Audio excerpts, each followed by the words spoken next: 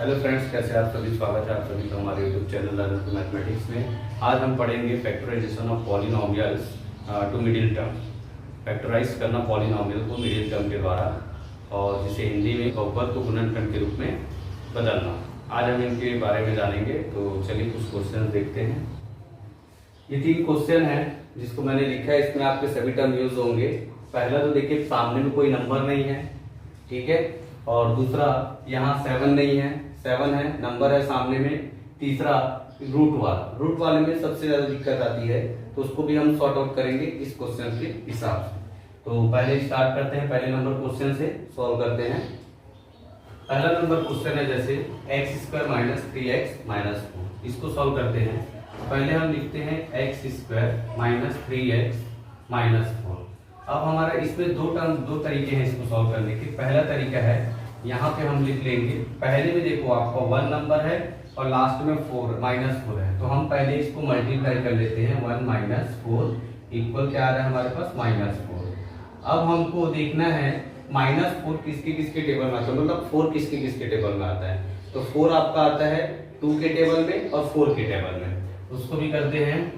तो 2 मल्टीप्लाई -2 करेंगे तो -4 होगा, और 4 मल्टीप्लाई -1 करेंगे तो -4 होगा, ठीक है। ये 2 तरीके से होंगे। अब आप देखिए, बीच में आपको क्या लाना है, माइनस लेके आना है, -3x। मतलब हमको फर्स्ट एंड लास्ट नंबर को मल्टीप्लाई करने पे जो आंसर आता है, तो हमको कोई दो नंबर ऐसे चॉइस करने हैं जिसके टेबल में ये नंबर आता है ना, उनमें से कोई दो नंबर हम लेंगे। जैसे ये दो और -2 को लेंगे, तो इसको प्लस या माइनस करना पड़ेगा अपने को। प्लस या माइनस करने पे बीच वाला नंबर आना चाहिए।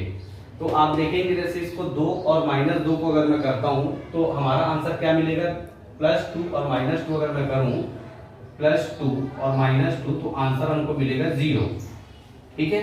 बीच में तो 0 नहीं है, इसलिए उसको नहीं लेंगे। अब देखिए, आप बीच में क्या दिया है, 3 दिया है, तो 4, ये -4 को अगर मैं इधर ले लेता हूँ, -4 + 1, तो ये हो जाएगा -3। क्यों हुआ, ये दोनों माइनस हो जाएंगे, और बड़ी संख्या कौन है, 4 के सामने माइनस, इसलिए माइनस लगता है।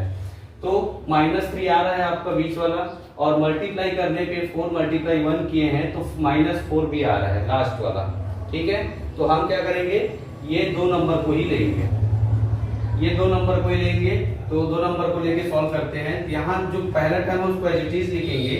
बड़ी संख्या के सामने माइनस रहेगा तभी यहाँ पे माइनस आएगा। देखो, जैसे यहाँ -4 और 1 लिया है मैंने, तो यहाँ -4x लूंगा, और यहाँ +1 लूंगा, और x और -4, ठीक है।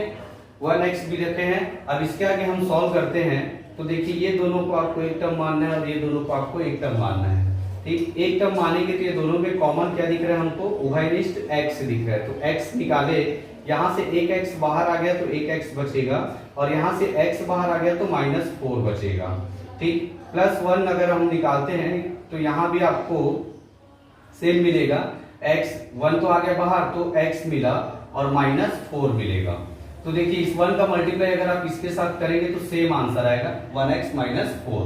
अब आपको ध्यान में रखना है कि जो इधर आएगा वही आपका यहाँ भी आना चाहिए, ताकि आप फिर से एक कॉमन डाटा निकाल सके। यहाँ लिख लीजिएगा आप कॉमन डाटा, मतलब उभयनिष्ठ। अब इस उभयनिष्ठ के थ्रू देखते हैं। यहाँ से x - 4 दिख रहा है दोनों में कॉमन, तो x - 4 को एक तरफ रख लेंगे, और ये दोनों को अगर मैं कॉमन निकालूं, मतलब यहाँ से x - 4 निकल गया, तो क्या बचा हमारे पास, x बचेगा, फिर +1 बचेगा, क्योंकि ये भी तो बाहर निकल गया है, तो +1 बचेगा, ठीक है। अब अगर x का वैल्यू फाइंड आउट करना है, x का वैल्यू निकालना है, तो ये दोनों को हम क्या करेंगे, 0 के इक्वल ले लेंगे। x - 4 0, x + 1 = 0। अब देखो, यदि मैं ट्रांसफॉर्म कर दो, पक्षांतर करूंगा, तो ये माइनस से उधर जाके प्लस हो जाएगा, इससे x का एक वैल्यू मिलेगा 4। ये प्लस से उधर जाके माइनस हो जाएगा, इससे x का एक वैल्यू मिलेगा -1, ये मिलेगा। इस तरह से ये पहला नंबर क्वेश्चन बनेगा। आगे भी 2 क्वेश्चन है, उसे भी मैं बताता हूँ, आप तब तक इसे नोट कर लीजिए। अब हम देखते हैं सेकंड नंबर क्वेश्चन को। तो मेरा सबसे पहले टर्म मैं बताया था कि 7 और -5 को हम क्या करेंगे, मल्टीप्लाई करेंगे। जो फर्स्ट एंड लास्ट नंबर रहता है उसको आपस में मल्टीप्लाई करेंगे तो -35 आएगा। अब हमको 35 कौन कौन से टेबल में आता है ये देखना है। तो हम देखेंगे 5 और 7 के टेबल में आएगा 35, मिल गया। और 35 खुद के टेबल में भी आता है, 35 बन जा 35, ठीक। लेकिन हमको क्या चाहिए, बीच में माइनस आ रहा है नंबर, तो हम क्या करेंगे, बड़ी संख्या के सामने माइनस लेंगे। अब देखो हमको इन दोनों नंबर में से ऐसा कोई दो नंबर हमको उपयोग करेंगे, ये दो नंबर या ये दो नंबर, जिसको प्लस या माइनस करने पे क्या आना चाहिए, बीच वाला टर्म आना चाहिए, ठीक है। तो बीच वाला टर्म कैसे आएगा, आप देख रहे हो 5 - 7 करोगे तो बीच वाला टर्म आपको -2 मिल रहा है, ठीक है। तो इसी नंबर को हम क्या करेंगे, लेंगे x के रूप में।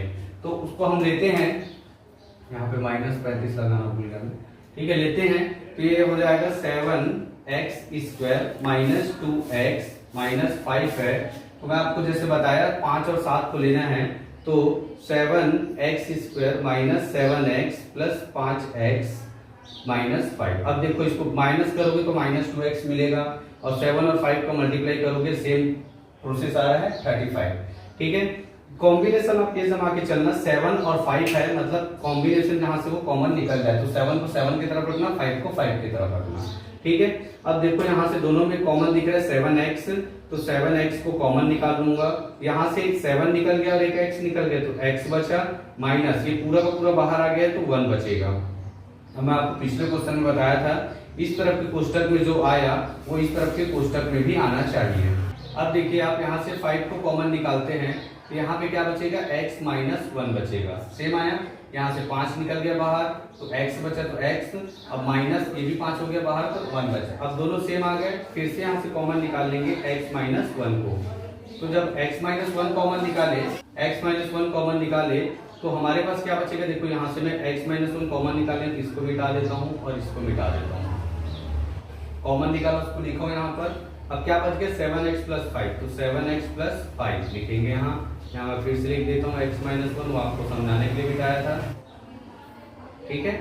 अब देखो इसमें x का मान अगर निकालना है तो हमको क्या करना पड़ेगा, इसको 0 के इक्वल लेना पड़ेगा, 7x + 5 = 0, ठीक है।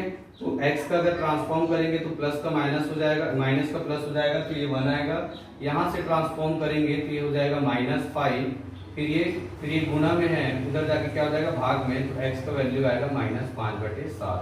इस तरह से आप जब सामने में नंबर दिया हो तो उसको आप कैसे सॉल्व करोगे, ये आपका 1 नंबर नहीं दिया था तो 1 माने थे, इसमें नंबर दिया तो कैसे सॉल्व करोगे, वो वाला क्वेश्चन ऐसे ही सॉल्व होगा, ठीक है। इसको आप नोट कर लीजिए, आगे मैं और बताता हूँ आपको। क्वेश्चन नंबर 3, क्वेश्चन नंबर 3 देखते हैं, रूट वाला है, तो ये एकदम सरल तरीके से मैं आपको बताऊंगा। जैसे पहले नंबर का गुणा लास्ट वाले नंबर से करता हूँ, तो ये हो जाएगा 6, और गुना करूंगा 3 और 3 √3 का, तो 3 होगा। मैं पिछली वीडियो में अपने बता चुका हूँ, √a × √a इक्वल है, चाहे तो आप वो वीडियो देख सकते हैं, उसको प्लस माइनस डिवाइड और मल्टीप्लाई सबका है रूट के साथ, ठीक है।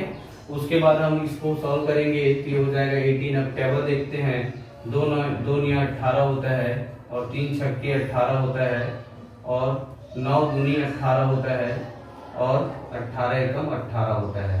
अब इसमें देखिए आप दो नंबर में, कोई भी दो नंबर में जिसको प्लस या माइनस करने पे 9 आना चाहिए, तो हमको दिख रहा है 3 और 6, जो प्लस करने पे 9 आएगा, ठीक है। तो उसको हम लिखेंगे √3y² + 3y + 6y + 6√3, ऐसा हम लिखेंगे। इसके आगे सॉल्व करते हैं, तो √3y² प्लस, यहाँ पे देखिए 3 को मैं रूट के में बदल सकता हूँ इससे, जैसे a बराबर √a लिख सकता हूँ, वैसे √a × √a जैसे a आया था, वैसे ही हम a बराबर √a लिख सकते हैं। तो 3 को हम लोग क्या लिख सकते हैं, √3 गुना √3y + 6y + 6√3।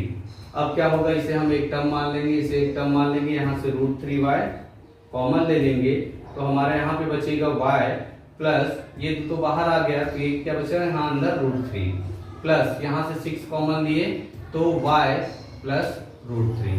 अब यहाँ से देखिए y + √3 कॉमन दिख रहा है, तो इसे कॉमन ले लेंगे, y + √3, तो हमारा क्या बचेगा, √3y + 6 बचेगा।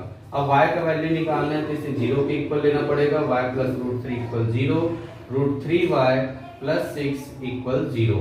तो इसको ट्रांसफॉर्म करेंगे तो y का वैल्यू -√3 आएगा एक में, फिर इसे ट्रांसफॉर्म करेंगे तो y का वैल्यू -6/√3, ये मल्टीप्लाई में इधर जाके डिवाइड में हो जाएगा। इस तरह से ये आंसर आएगा। आज की क्लास में बस इतना ही, आगे की क्लास में और भी आपको इससे रिलेटेड क्वेश्चन बताए जाएंगे। इस तरह से मिडिल टर्म के सारे क्वेश्चन सॉल्व होंगे। तीनों क्वेश्चन में बहुत से डाउट आपको क्लियर हो जाएंगे। इससे रिलेटेड क्वेश्चन आप बना के देखिएगा। अगर इससे रिलेटेड अगर आपको कोई डाउट हो तो आप हमारे कमेंट बॉक्स में कमेंट कर सकते हैं, हम उसे सॉल्यूशन करेंगे। और वीडियो को लाइक और शेयर करना ना भूलें और चैनल को सब्सक्राइब जरूर करें। धन्यवाद।